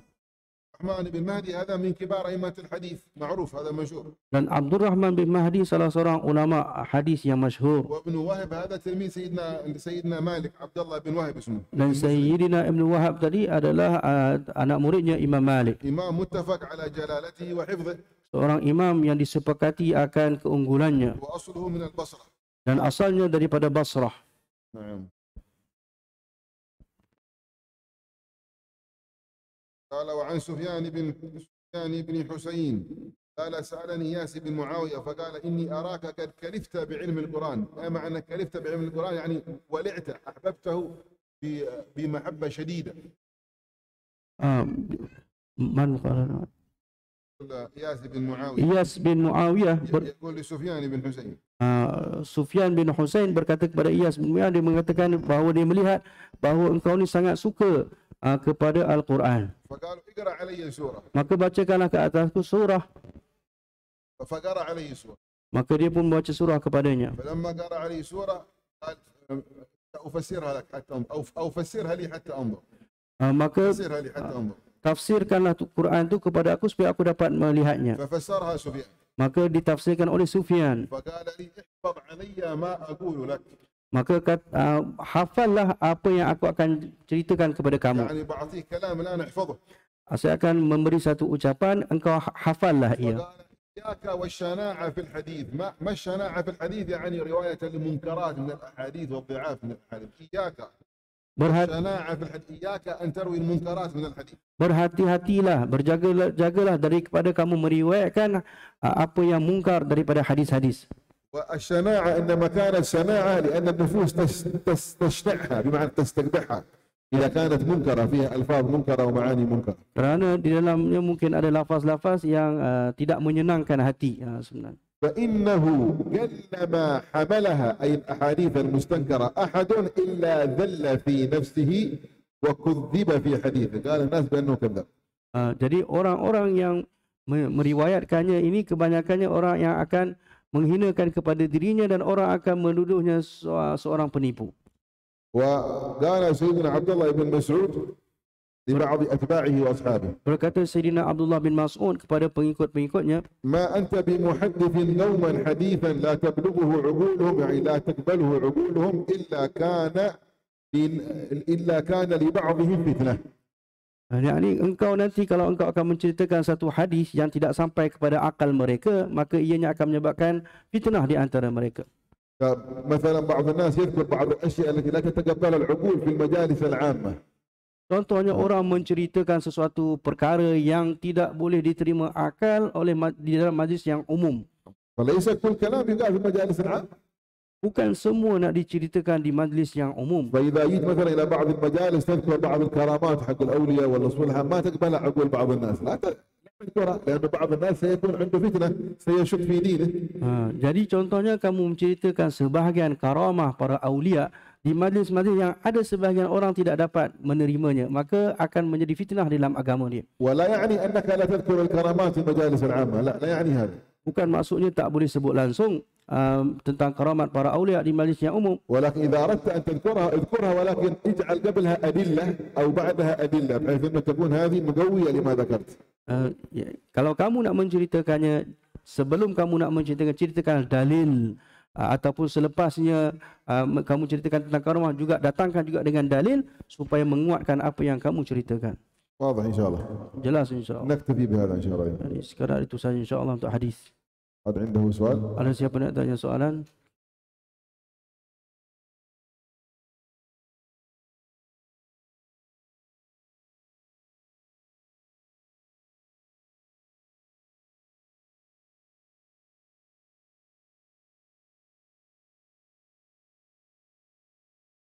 Baik. Soalannya, adakah boleh tak kita ceritakan rumusan hadis sahaja, mafhum daripada hadis saja tanpa mendatangkan matan hadis? Itu soalan dia. Masalan, nuballigh nas mafhum min kalam Nabi sallallahu alaihi wasallam faqat biduni yaqra'ul matan. نعم يجوز رواية الحديث بالمعنى، يجوز Yajuz riwayatul hadis. بالمعنى بالمفهوم. Boleh meriwayatkan hadis dengan mafhum, boleh. لكن بشرط Dengan syarat. ليس كل واحد يجوز له أن يروي الحديث بالمعنى. Kan semua orang boleh meriwayatkan hadis dengan makna. أن يعرف بمعاني الألفاظ، يعني يأتي بلفظ آخر لكن هذا اللفظ يساوي ذلك اللفظ في المعنى. Jadi mestilah datangkan satu lafaz yang maknanya sama dengan makna lafaz yang asal. واضح. لا يأتي بلفظ آخر يناقض ذلك اللفظ الموجود في الحديث، يقول أنا رويته بالمعنى. Jangan mendatangkan satu lafaz yang lain yang menyalahi makna asal daripada lafaz hadis yang tersebut. فإذا شك يقول أو كما قال رسول الله صلى الله عليه وسلم، Bila dia ragu-ragu, أو نحوه أو معناه كما يقول بعض الصحابة. ragu-ragu boleh menyebut au kama qala Nabi SAW atau sebagaimana yang disebut oleh baginda Nabi SAW. ندخل إن شاء الله في كتاب الفقه. عشي سؤال؟ في سؤال؟ Termasuk kitab fiqh insya-Allah. طيب. كتاب الطهارة. Kitab bersuci. الطهارة في اللغة النظافة. Taharah dari segi bahasa ialah bersuci. تطهرت بمعنى تنظفت. Iaitu tatahhartu, saya bersuci, saya membersihkan. والطهارة تكون حسية وتكون معنوية. Dan ianya berbentuk hissi dan ada yang maknawi. الحسية كطهارة البدن عن الأوساخ وعن الأقدار، والثياب عن الأوساخ وعن الأقدار، هذه حسية. Hissi seperti kita membersihkan badan kita dari kekotoran dan juga pakaian kita daripada kekotoran. Itu adalah hissi. وتكون طهارة معنوية. Dan di sana ada taharah maknawi. وهي طهارة القلب عن الأمراض والقاذورات المعنوية كالكبر والحسد والعجب والحقد والبغضاء والشحنة. Dan iaitu mensucikan hati daripada sifat-sifat yang kotor seperti dengki, benci, takabur, riak dan sebagainya. هذا معنى الطهارة المعنوية في اللغة. Ini adalah makna suci dari segi bahasa. وأما في الشرع Adapun dari segi syarak, فهي رفع الحدث mengangkat hadas سواء كان أصغر ولا أكبر. sama ada kecil ataupun besar. وسيأتي ما معنى الأصغر والأكبر. Nanti kita akan datangkan makna kecil dan juga أو besar. إزالة النجاسة Ataupun menghilangkan najis من على البدن أو الثوب daripada badan ataupun pakaian بماء أو تراب dengan air ataupun tanah بنية مخصوصة. dengan niat yang tertentu. هذا معنى الطهارة على وجه الإجمال. Ini adalah makna taharah secara ijmal. نعم. إذن فالطهارة لابد أن تكون بالماء أو التراب. Jadi mestilah menggunakan air ataupun tanah. ما هي أوصاف ذلك الماء؟ Apakah sifat-sifat air tersebut? الماء هناك أنواع من المياه. Jadi air itu ada macam-macam jenis. في عندنا مياه السماء وهي الأمطار. Ada yang turun daripada langit seperti hujan. وفي عندنا مياه العيون. Ada air mata air. ومياه الأنهار ومياه البحار. Ada sungai dan lautan. وغير ذلك من هذه المياه كلها يجوز الطهارة بها. Dan yang lainnya yang mana boleh untuk bersuci dengannya. حتى ماء البحر يجوز الطهارة به. Bahkan air laut pun boleh digunakan untuk bersuci. ولهذا سأل النبي صلى الله عليه وسلم. Nabi SAW ditanya, قال بعض الصحابة إنا نكون في عرض البحر فتدركنا الصلاة أفنتطهر بماء البحر يا رسول الله؟ قال نعم هو الطهور وماؤه الحل ميتته. Nabi SAW bersabda ketika ditanya oleh para sahabat, ketika mana kami sampai ke tebing laut, maka masuklah waktu solat. Bolehkah kami bersuci dengan air laut tersebut? Maka kata Nabi SAW, ya, air laut itu bersih, suci airnya dan suci juga bangkai yang ada dalamnya, itu boleh dimakan. ويجوز الطهارة بالثلج والبرد يجوز. Dan boleh bersuci dengan air salji. بشرط أن تنفصل منه رطوبة تجري، رطوبة سائلة تجري خفيفة. Ma'ul barat, الثلج والبرد. Ya, dengan syarat tanfasil rutubah. رطوبة تجري. Ma yakni yazub. Iaitu air ais itu dia cair dan ianya mengalir. نعم. أما لو أخذنا الثلج هكذا فأدلك وجه ما في رطوبة نقول هذا كأنك لم تتوضأ بشيء. Jadi kalau kamu ambil salji tapi tidak ada lembapan di situ, jadi ianya seolah-olah kamu tidak mengambil wudu. وأفضل المياه ما هي؟ Dan air yang paling afdal apakah ia? أجعله. Adakah orang yang tahu? أفضل ماء على وجه الأرض. Air yang paling afdal di atas muka bumi ini. في شيء عارف قبل زمزم. Ada tak air sebelum Zam-Zam? شو؟ Kharaja min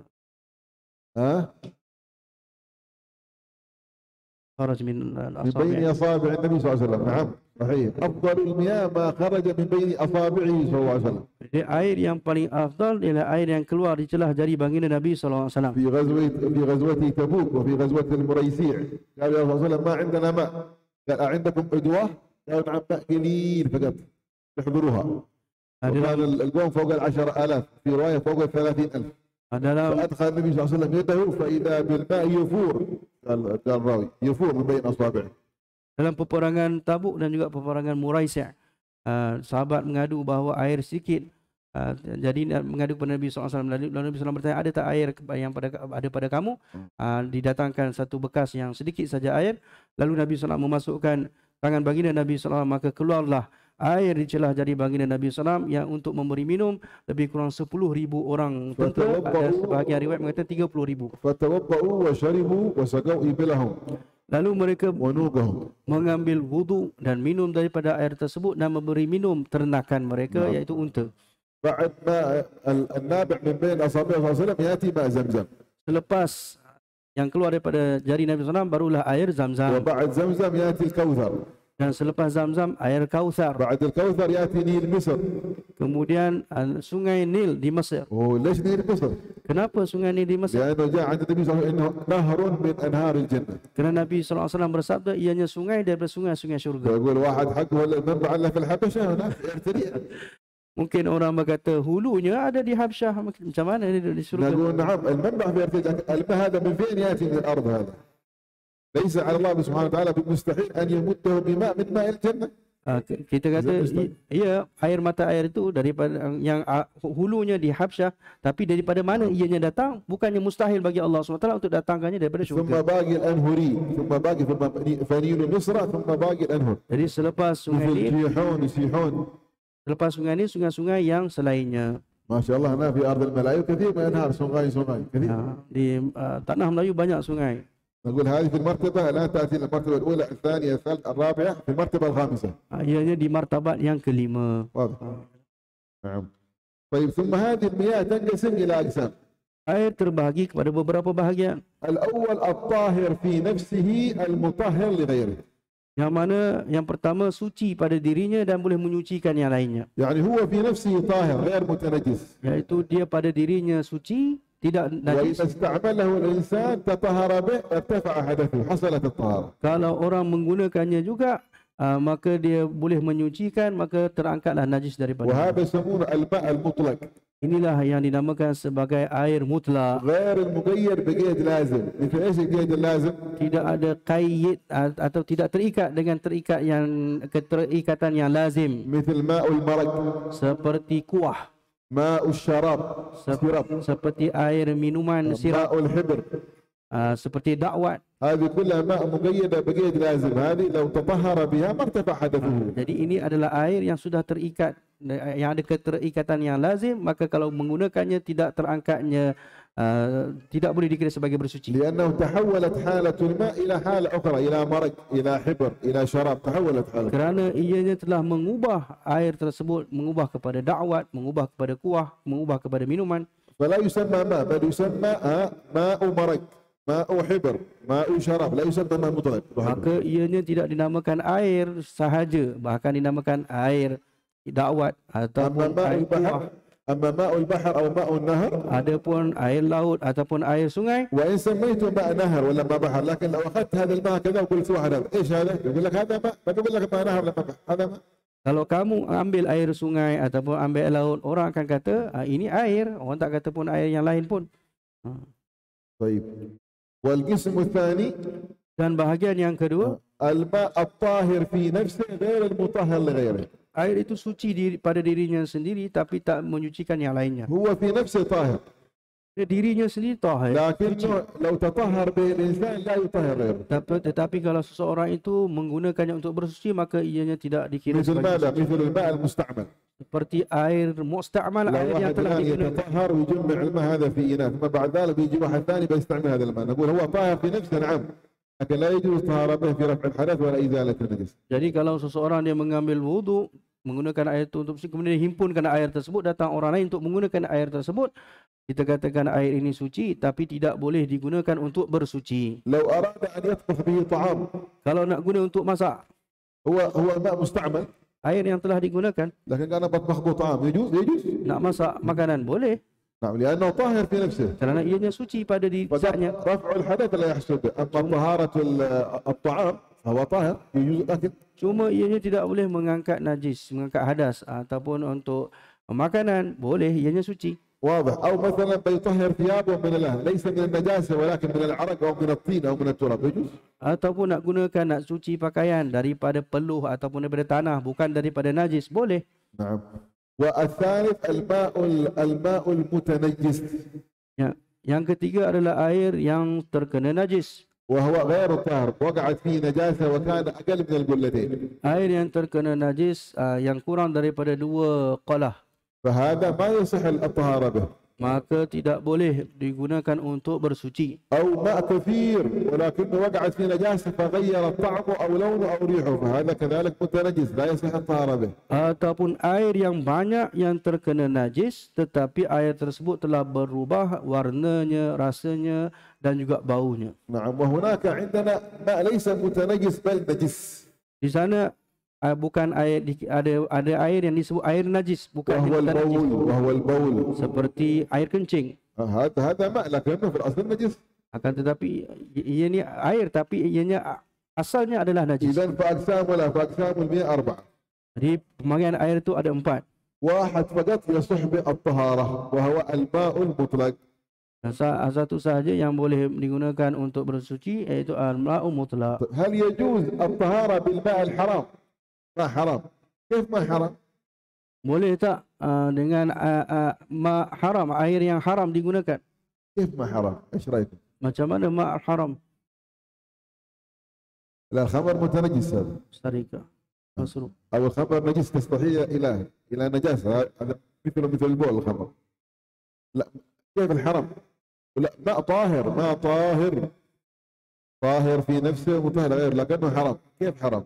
مسروق ماء مسروق. Air yang dicuri. Air yang dicuri. مسروق. ولا مغصوب. Ataupun yang dirampas. غصب صاحبه هذا الماء المعيان هذا لابد هذا الماء ياتي الارضي بالقوه فجاء هذا الماء الى الارض ولا هل يجوز الطهاره به؟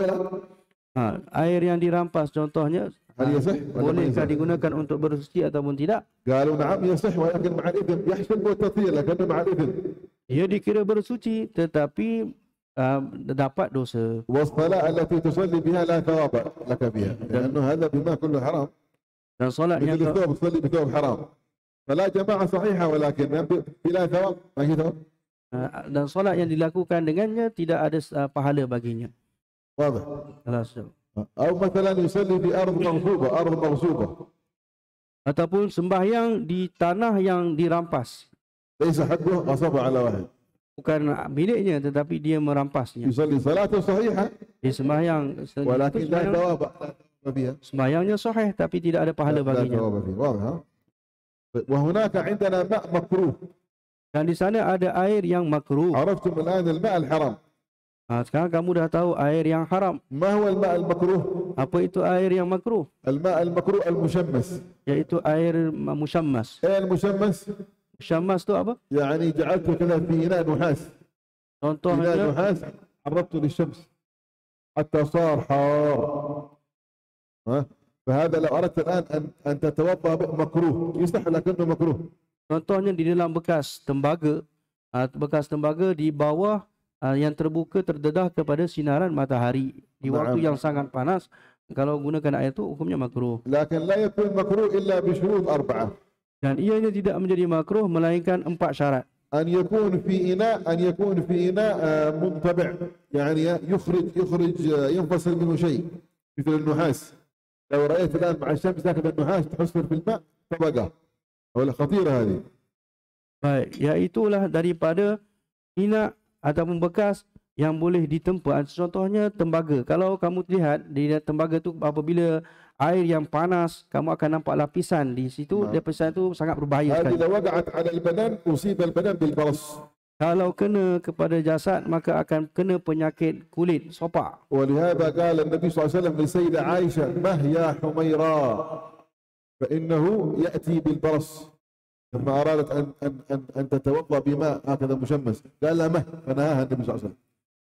Nabi SAW menegah Sayyidina Aisyah ketika ingin menggunakan air musyammas kerana ianya akan menyebabkan penyakit kulit. واضح إن شاء الله. هذا الشرط الأول أن يكون ماذا في إناء منطبع. Jadi syarat yang pertama di atas bekas yang boleh ditempuk. أما لو كان في إناء غير منطبع مثل إناء الذهب أو الفضة ماشي ينفصل منه يجوز حتى لو كان حار. Adapun seperti emas dan perak yang tidak terkeluar bahagian daripadanya, maka ianya boleh digunakan. Tidak وأن makruh. يكون في وقت الحر لا في وقت البرد. Dan mestilah pada waktu yang panas, bukan pada waktu yang sejuk. أما إذا كان في وقت البرد الغالب أن هذه الزهومة لا تنفصل، هذه المادة لا تنفصل. Kerana pada waktu yang sejuk, ianya tidak terpisah daripada bahan dia. وأن يكون البلد كذلك بلد حار مثل مكة عندنا حضرموت بلد حارة. Dan ianya mestilah di negara yang panas seperti Mekah dan juga Hadramaut. نعم. وأن يكون استعماله في البدن لا في الثوب. أما لو مثلا بيستعمله ولا في الثوب يجوز. Dan المكروه فقط في البدن. penggunaannya mestilah pada badan, barulah dikira makruh. Adapun pada pakaian tidak dikira makruh. واضح. إذن بأربعة شروط. Jadi ada 4 syarat. فعلى هذا لو أراد الآن أن يستعمله يتركه حتى يبرد فإذا برد. Jadi kalau nak guna juga, biarkanlah ianya sejuk dahulu, barulah gunakan. والحمد لله رب العالمين. انتهينا من درس اليوم. Alhamdulillah Rabbil هل Alamin. عنده سؤال؟ Ada siapa yang nak tanya soalan, silakan. فليتفضل.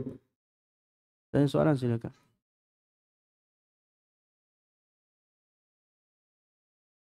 وعليكم السلام يا مرحبا.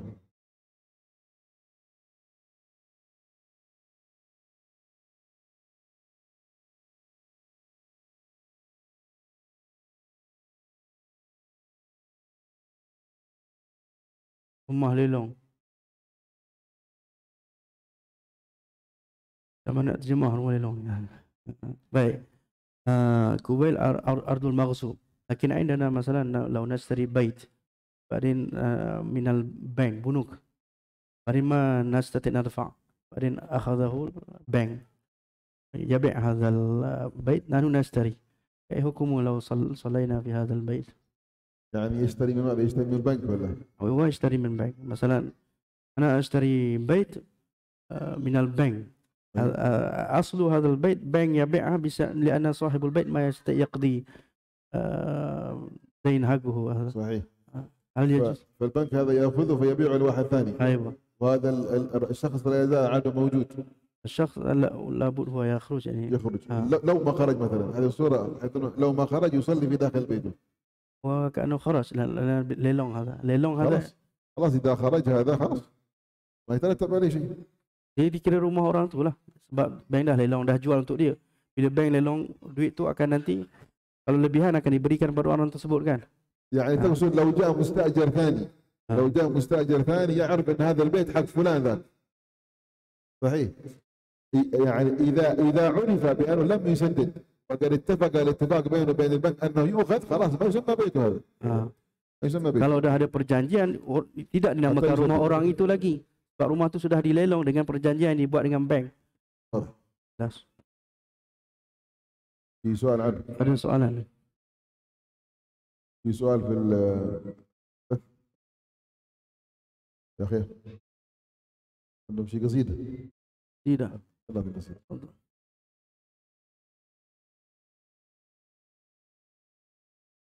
سبحان.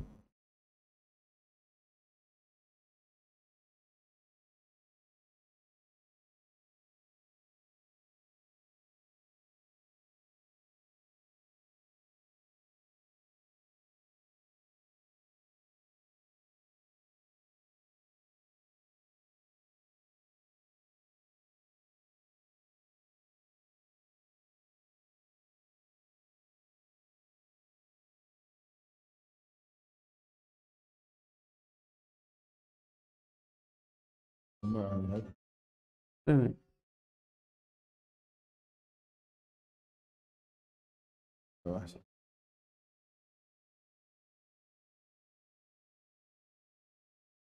نعم.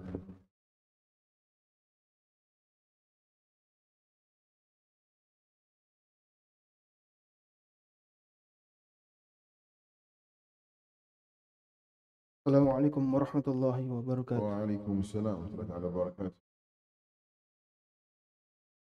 Allah kita kasih dah lagu apa, Rindu Madinah, insya-Allah.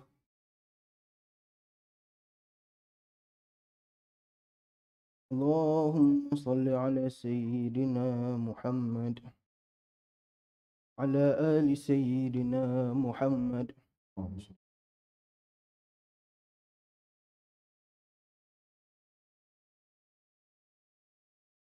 Rindunya daku kepada bumi Madinah, takkan terubat walau sudah ziarah.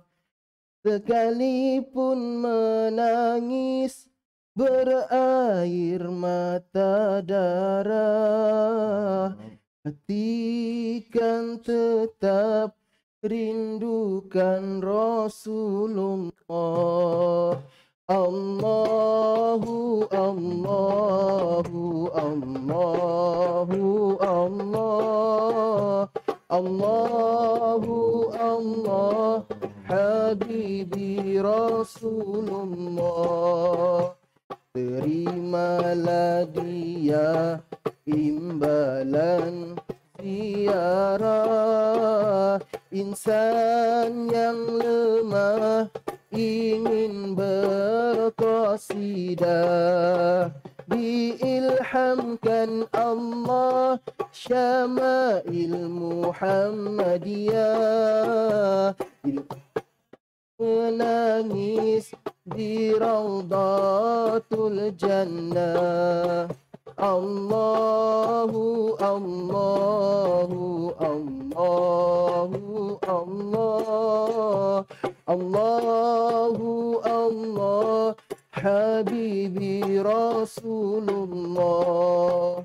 Di suatu malam bulan yang penuh cerah, baginda mengenakan pakaian serba merah. Lalu bersumpah Jabir bin Samurah, jika dibezakan Nabi terlebih indah. Allahu Allahu Allahu Allah, Allahu Allah, Habibi Rasulullah. Matanya yang terang sangat suka bercela, nampak di belakang dan depan serentak. Jinjang tengkuk Nabi sangat putih melepas, tiada berdaki umpama pantulan perak. Allahu Allahu Allahu Allah, Allahu Allah, Habibi Rasulullah. Dahinya yang luas, anak matanya hitam, cahaya berhias menatapkan tenteram. Tulang baginda kemas saling kuat menggenggam, Rukana tertewas lalu memeluk Islam. Allahu Allahu Allahu Allah, Allahu Allah, Habibi Rasulullah. Rambutnya ikal mayang, tidak terlalu panjang, tingginya yang sedang, dada luas berbidang.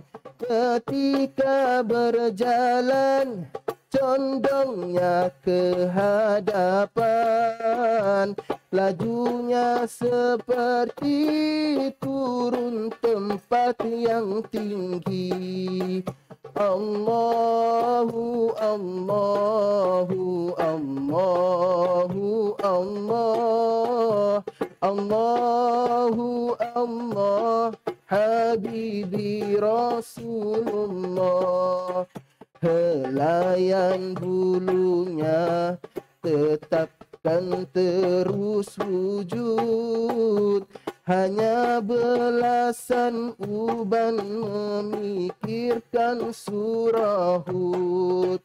Umpama pedang jaguh, hidung baginda mancung, dipandang dari jauh pening seakan bersambung. Allahu Allahu Allahu Allah, Allahu Allah, Habibi Rasulullah. Nafas berbau wangi semerbak kasturi, sukakan bersugi yang busuk dihindari. Tak pernah menguap berkat cucian hati, takkan pernah dihinggap lalat walau sekali. Allahu Allahu Allahu Allah, Allahu Allah, Habibi Rasulullah. Berjarak gigi hadapan, cahaya kelihatan, segala pertuturan adalah wahyu Tuhan. Lebar bibirnya menandakan pemurah, membaca Al-Quran dengan penuh fasahah. Allahu Allahu Allahu Allah, Allahu Allah, Habibi Rasulullah. Baginda memilih hidup dalam berzuhud, sekalipun maksum sangat banyak bersujud. Menipis isi tumit, lamanya bertahajud, banyak mendaki bukit, sangat sayangkan Uhud. Allahu Allahu Allahu Allah, Allahu Allah, Habibi Rasulullah. Allahumma salli ala Sayyidina Muhammad. Billah wal taufiq wal hidayah. Assalamualaikum warahmatullahi wabarakatuh. Jazakumullah khair. Bisri asrar al-Fatihah. A'udzu billahi minash shaitanir rajim. Bismillahirrahmanirrahim.